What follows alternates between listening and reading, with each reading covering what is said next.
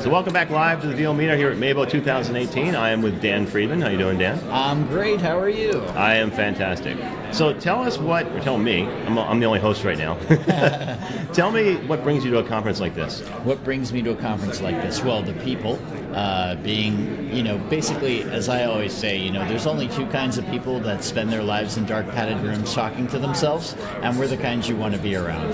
So for me, it's really just to get out there with colleagues and friends and just enjoy myself. And here I'm, besides doing my own thing and representing my own company, Sound for VO, I'm here with Sennheiser microphones, and they provided all the PA systems for the rooms. So I'm here setting those up and making sure everybody has what they need and just kind of making it happen. And we thank you for being here, and thanks Sennheiser for being the equipment provider again. They are awesome. Indeed. I use a Sennheiser microphone myself. Yes, absolutely. So what have you experienced so far? Have you been in any sessions? Have you poked your head into any of the rooms? I poked my head in here and there. So a little bit of Tom Deere doing the business stuff. Celia Siegel, who's just always amazing with her branding stuff. And of course the opening session this morning. And it was, it's all been great. Just totally a good time as always. So you might have seen during Hugh's session, he had people raise their hand if it was their first time at a conference. As an engineer, what would you say is most important for someone just starting out to get from a conference like this? Reaching out to people. Don't be afraid to talk to anybody here that is mentoring.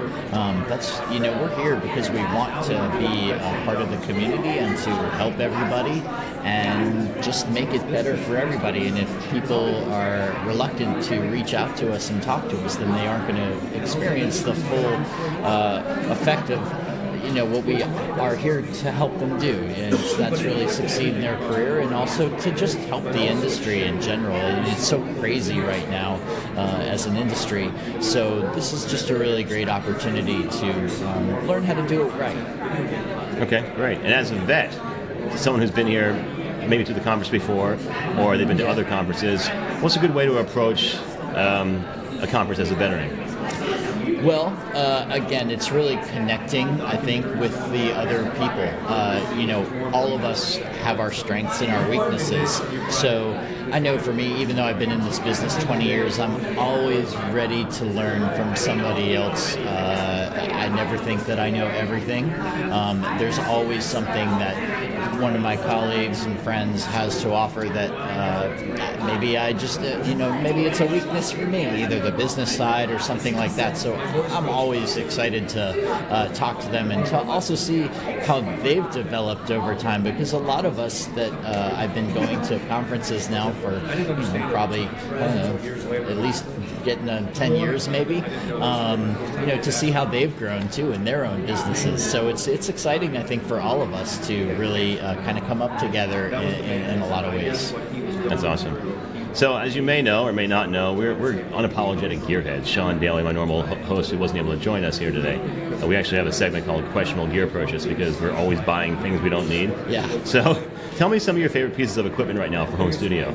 Yeah, absolutely. So, my favorite interfaces are the Steinberg interfaces. I think that they are just super high quality. The preamps are really good, and they're not terribly expensive. So if you're looking for a real good entry-level interface, especially that's really simple to use, then Steinberg interfaces, I think, are fantastic. I would be completely remiss if I didn't mention Universal Audio as well. I know for those of us who are more advanced doing production and things like that, I love my Universal Audio Apollo Twin.